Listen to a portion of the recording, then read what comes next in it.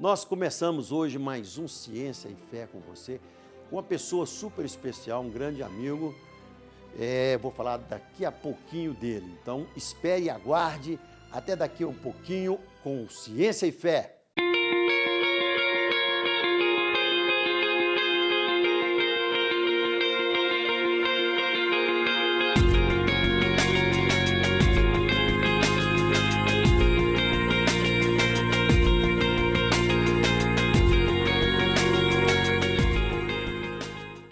E o Ciência e Fé traz hoje para você o Dr. Guilherme Torres. Ele é médico e é psicanalista clínico. E ele está hoje aqui para a gente falar, principalmente na área da psicanálise, alguns assuntos assuntos interessantes para essa pós-modernidade, dessa vida louca que nós estamos vivendo. Doutor Guilherme, tudo bem? Tudo ótimo. Isso aí. Agora melhor. Agora melhor. Você exerce mais da psicanálise, né? 98%. 98%. Muito pouco da parte de estomatologia e cirurgia. 98% psicanálise. Parece que todo médico que entra pelo lado da psicanálise opta pela psicanálise. É sedução, apaixonante, né? A psicanálise é sedutora, é perigosa e sedutora, né? Ela encanta. Mas é uma sedução sadia. É uma sedução sadia. É. Acaba ajudando os outros, né? A gente se sente muito recompensado, assim, os seus pacientes, os seus clientes, você vê uma pessoa crescer, uma coisa que traz uma gratificação, né? Essa eu acho que talvez seja a maior gratificação que a psicanálise possa trazer para a gente. Você receber alguém no seu consultório com determinado tipo de demanda e ter aquela demanda como alguma coisa principal. A partir dali, outras demandas vão aparecendo e a coisa vai se alastrando e aí vai ficando bonito. Vai construindo, o crescimento, né? É o que a gente chama de um processo de ressignificação. As coisas vão tomando um outro significado, vão tomando um outro sentido, né? Então, a psicanálise, na verdade, ela promove um renascimento da pessoa.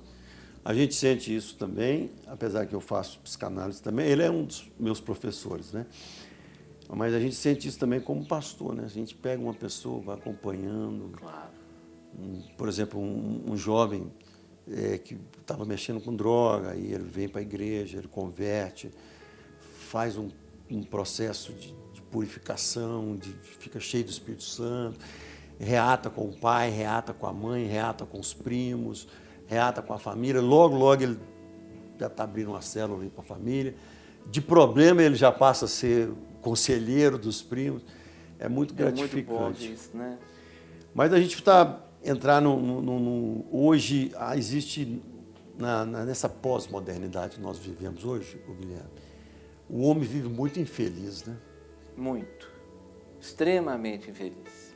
Essa sociedade moderna, o homem sempre foi infeliz, né? Ele tem uma falta, ele tem uma busca, que é justamente aonde a psicanálise entra para tentar ajudá-lo, e exatamente também aonde Jesus entrou para tentar, né, trazer isso. E aqui eu e você misturamos tudo, que você também é cristão, eu também sou cristão, eu sou estudante psicanalista, você é psicanalista. Mas hoje, assim, na pós-moderna, a coisa está crescendo demais, as doenças, né, da ansiedade. E os sintomas e as patologias que aparecem hoje são muito diferentes das patologias dos sintomas que apareciam, por exemplo, na década de 70. Né? Fala um pouco disso. Olha, meu pai começou a psicanálise aqui ele foi precursor em Belo Horizonte, no Brasil, né? Foi um dos fundadores do Ciclo, ele, Malomara Del Vaz, isso lá na década de 60, né? E começaram, eles foram um desbravadores disso aqui no Brasil, né? E aconteceu uma coisa muito interessante, até algum tempo nós fizemos um programa sobre isso, porque é comum o filho seguir a profissão do pai, tudo bem. É um pouco menos comum o filho seguir a mesma trajetória do pai, né? É um pouco menos comum do que o comum o filho seguir a trajetória do pai e ser aluno do pai. Eu fui essas três coisas. Mas uma coisa mais difícil ainda que aconteceu conosco foi que eu segui a profissão do meu pai, segui a trajetória, porque ele também não começou com a psicanálise, ele teve uma profissão antes, Ele era médico, psiquiatra, mas antes disso ele fez outra especialidade médica. E seguimos então a mesma trajetória, só que no final ele foi meu aluno.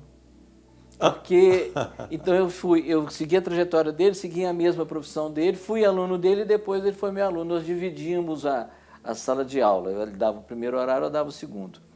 E logicamente que seria uma presunção minha dizer que eu fui professor dele, mas é porque ele me pedia, falou, olha, eu preciso assistir algumas aulas de uma psicanálise um pouco mais contemporânea, porque a psicanálise que você faz é completamente diferente da psicanálise que eu fiz a quase totalidade da minha vida.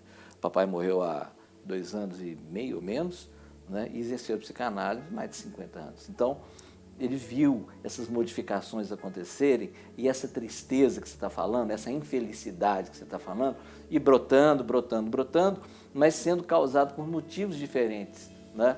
1970, 1960, 1980, não existia o WhatsApp, por exemplo. E o que a gente recebe no consultório hoje, vítimas de Facebook e WhatsApp, é uma coisa complicada, né? As relações sociais, as relações interpessoais estão completamente detonadas, elas estão muito estragadas. E as pessoas estão deixando de aprender e estão esquecendo como é que é isso aqui, conversar. Não conversa mais. É só textinho, a conversa só teclado, da né? mídia social, né?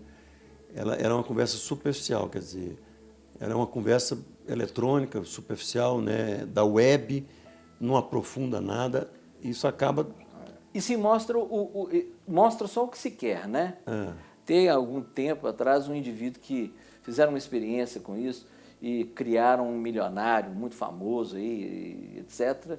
E ele estava muito presente nas mídias sociais e todo mundo tinha não sei quantos mil seguidores. Depois os criadores deste indivíduo, deste personagem, mostravam, falaram que o cara era um servidor aí, aposentado, não sei de onde, não, a parte da Europa lá, não era nada não, mas todo mundo estava acreditando que ele era, ele fazia fotos, né, e postava coisas do lado de Maserati, no Palácio de Buckingham, e não sei mais o que, todo mundo ficou fã do cara, e foi o seguinte, ele não era nada não, ele era só um aposentado, um servidor público aposentado. Os sintomas hoje, então, são diferentes da década de 60, por exemplo. 60, pós-60, antes de um movimento hippie, existiam outras faltas, né? Os outros sintomas. Né? Completamente diferentes, né? É até um assunto para a gente, é tanto assunto, né? A gente vai lembrando de coisas. O mundo era um mundo histérico, né? Ali na década de 60, mais ou menos, o mundo era um mundo histérico, né? Aquelas paradas que a gente via na Praça Vermelha, homem indo à lua, aquilo era uma demonstração de poder, aquilo era absolutamente histérico. Depois veio uma contracultura também histérica, através do psicodelismo, movimento hippie. Isso. Né? Woodstock e aquela coisa toda. Droga, sexo, sexo e rock and roll. Ela era também histérico, mas já tendendo a uma perversão. Mas já tinha uma ideologia, né? Tinha uma ideologia. Antes, a ideologia primária era a ideologia da força, do poderio e tal, tipicamente histérico. Né? Se nós formos comparar o comportamento social, né, do mundo, as políticas mundiais, através das décadas, com as estruturas que Freud descreveu, nós vamos ver direitinho a histeria, a perversão, etc. Então, nós deixamos de viver num mundo histérico ali daquela década e acho eu que estamos caminhando para um mundo psicótico. Mas antes de chegar no mundo psicótico, nós já estamos vivendo um mundo perverso, onde a obtenção do prazer a qualquer custo está em voga. Hoje, o negócio eu quero obter prazer a qualquer custo. É bem pulsional a muito pulsional, né? Muito pulsional. Eu vi no Café Filosófico, eu vi uma explanação de um psicanalista onde ele foi mostrando a falta, como que os sintomas vão evoluindo, né? Christian Duncan, não sei se você já viu alguma coisa, ele é um professor de São Paulo. Ele mostrou com muita maestria assim, a diferença de Freud, depois anos 50, depois anos 60, depois anos 70.